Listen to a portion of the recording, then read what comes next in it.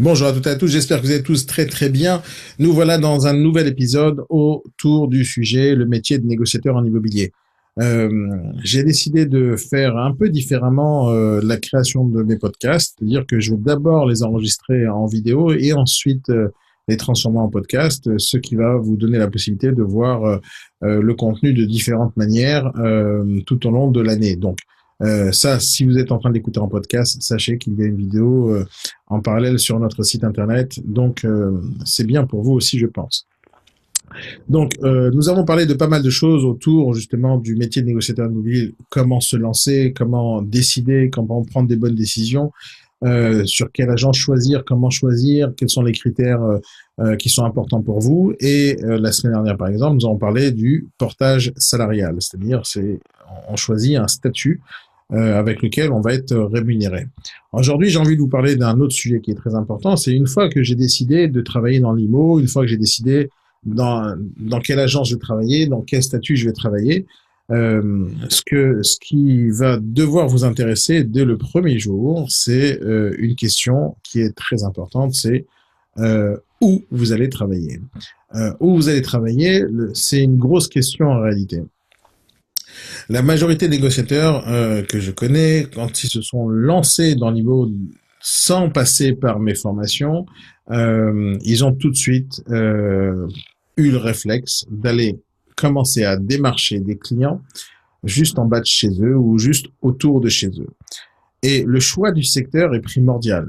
En tout cas, la première chose à ne pas faire, c'est de croire que travailler en bas de chez soi, parce que c'est proche de chez vous, donc vous imaginez que si jamais vous habitez tel et tel endroit, je sais pas moi, une certaine adresse, peu importe, vous pensez que en descendant de chez vous, c'est le meilleur endroit pour aller faire du business. C'est totalement erroné et totalement faux comme réflexion. Il faut jamais réfléchir comme ça lorsqu'on parle d'un choix de secteur. Parce que c'est aussi faux de penser comme ça que de se dire que, imaginons que vous voulez ouvrir un restaurant, une pizzeria par exemple, ou un restaurant de sushi.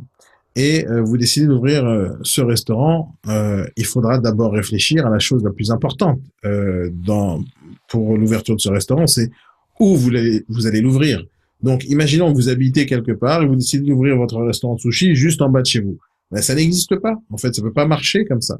Un restaurant de sushi ou une pizzeria, on va l'ouvrir là où il y a des gens qui se baladent dans une boutique, dans un commerce. La seule manière de réfléchir de l'ouverture, la seule manière de savoir si un business, un commerce va marcher, c'est grâce à, comme on le dit dans notre expression, il y a trois critères pour savoir si un business va marcher, c'est l'emplacement, l'emplacement, l'emplacement. Et donc, c'est ça les trois critères. Mais quand on va ouvrir un commerce, on doit d'abord réfléchir à l'emplacement. Je parle d'une boutique, d'un restaurant, d'un magasin. Si l'emplacement est l'emplacement numéro un, on aura beaucoup plus de chances de réussir que si on a un emplacement numéro 2 ou 3 ou 4 ou 5. Donc, comment on réfléchit à l'emplacement, c'est très complexe. Mais l'emplacement est important.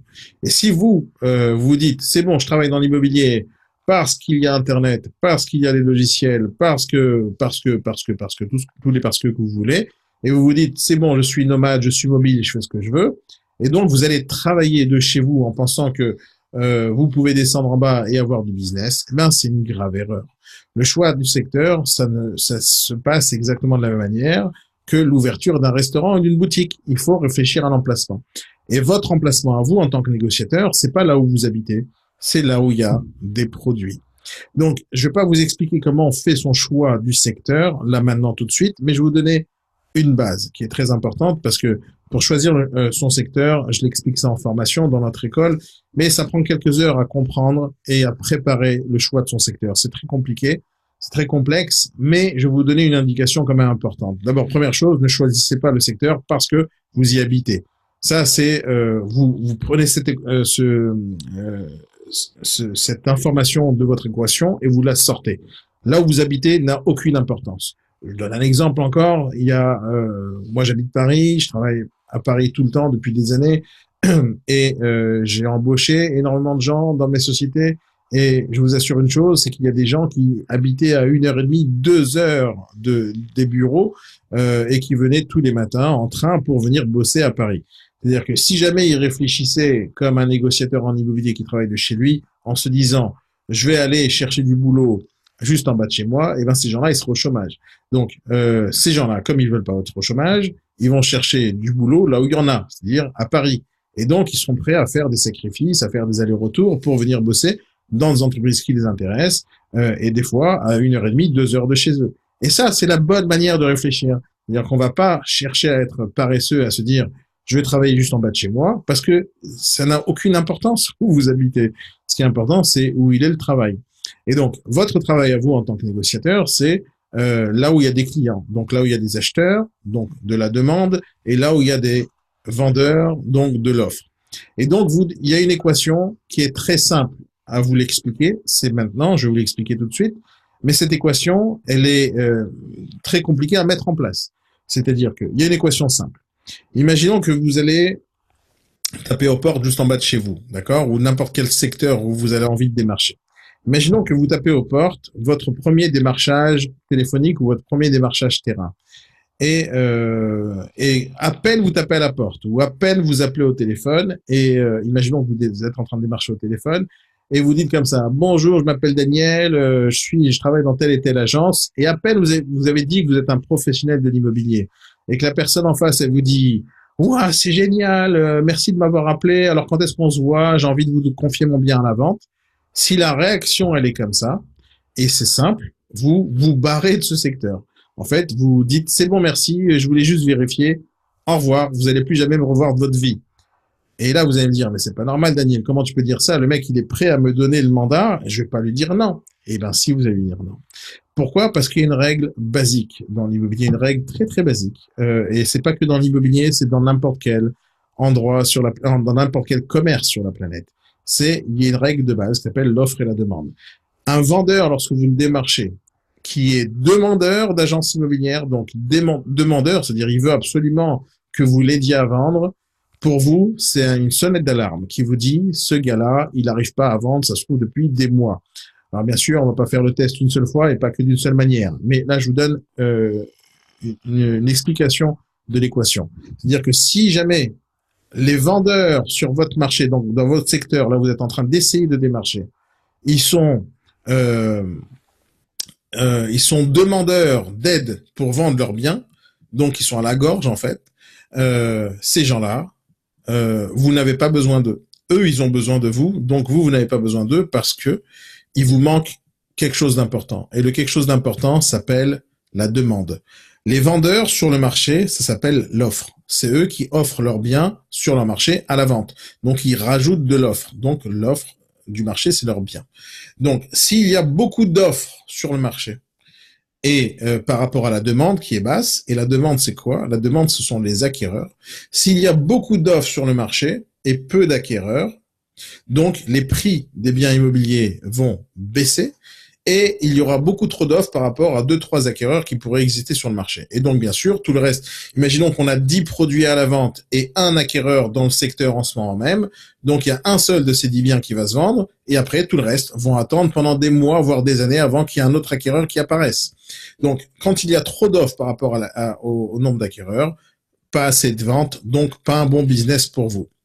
Et donc, si vous êtes dans une autre situation où vous appelez au téléphone un vendeur, où vous démarchez sur le terrain un vendeur, et donc en imaginant comme tout à l'heure que vous démarchez au téléphone et que le vendeur, à peine vous lui dites que vous êtes un professionnel, il vous raccroche au nez, voire il vous insulte, c'est exactement ce genre de personne que vous voulez avoir. C'est exactement ce genre de secteur dans lequel vous voulez bosser. C'est-à-dire que les gens, ils n'ont pas besoin de vous parce qu'ils peuvent se débrouiller seuls. Et donc, ça veut dire qu'ils sont... Aujourd'hui encore, c'est encore plus grave parce que le Bon Coin est très fort, ils arrivent à avoir des options pour les ventes, mais ça ne veut pas dire qu'ils n'ont pas besoin d'agents immobiliers. Ça veut dire qu'ils en ont besoin, mais ils pensent qu'ils peuvent se débrouiller seuls. Et à ce moment-là, ça voudra dire une seule chose, c'est qu'il y a beaucoup de demandes par rapport à l'offre. On prend par exemple un marché comme le marché parisien, un négociateur aura toujours plus de mal à prendre des mandats qu'à vendre le bien. Ça ne veut pas dire que parce qu'il y a beaucoup d'acheteurs à Paris, qu'on vend tous les produits. Sinon, à ce moment-là, les agences immobilières n'auraient aucune affiche A4 sur leur vitrine. Or, c'est pas le cas. Ils ont tous beaucoup de biens à la vente parce qu'ils ne savent pas vendre aussi. Ça, c'est aussi un autre problème. Mais c'est pas parce que le marché est pas bon. Le marché à Paris, il est excellent. Pourquoi il est excellent, le marché à Paris? Comme une grosse partie des grandes villes de France, où c'est des grosses villes très très chargées en habitants. Donc à Paris par exemple, c'est un marché où il y a beaucoup plus de demandes que d'offres. Et donc lorsque vous allez démarcher un vendeur, il va vous dire non, j'ai pas besoin de vous. Si vous avez un client, venez avec. On verra plus tard si je vous signe un mandat parce que moi je suis en train de mettre de la pub sur le bon coin et ça marche. Donc à partir du moment où il a beaucoup lui-même d'acheteurs potentiels, il pense qu'il n'a pas besoin de vous. Et c'est pour ça qu'un agent immobilier a du mal à faire aujourd'hui à Paris, à faire entrer de mandat parce que les gens ont l'impression qu'ils peuvent se débrouiller seuls. Et moi je dis bien, j'insiste bien sur le mot impression. Ils ont une impression, mais le marché immobilier à Paris, il est plus puissant parce qu'il a beaucoup d'acheteurs potentiels par rapport au nombre de biens à la vente. Mais ça veut dire aussi qu'il est beaucoup plus difficile pour un négociateur de prendre un mandat. Donc, il va devoir être un champion de la prospection, que ce soit au téléphone ou sur le terrain. Et donc, si on prend dans notre équation le choix du secteur, c'est si jamais c'est très facile pour vous de faire entrer des mandats, il faut vous barrer. Si jamais c'est très difficile pour vous de faire entrer des mandats, il faut y rester et faire la différence parmi les autres agences. C'est une indication, mais la base de la recherche de votre secteur, c'est ça. C'est que si jamais c'est trop facile, il faut vous barrer. Si jamais c'est difficile, il faut rester. Et c'est surtout pas dans votre critère, est-ce que c'est facile pour vous d'aller travailler juste en bas de chez vous? Ce critère-là, dans votre recherche de secteur, n'existe pas. Ne la prenez même pas en considération. Je connais plein de négociateurs qui sont dans des patelins comme ça, et qui se disent, moi, ça marche pas l'immobilier dans mon secteur, ça marche pas l'immobilier en général. Non, tu te trompes. T'as juste voulu être paresseux et bosser en bas de chez toi. Ça fait pas partie de nos équations lorsqu'on travaille dans l'immobilier. L'équation, c'est l'offre et la demande. Il faut aller là où il y a beaucoup plus de demandes que d'offres. Ça, c'est le principe de base. Voilà, j'ai fini pour cet épisode. À très bientôt, les amis. Bye bye.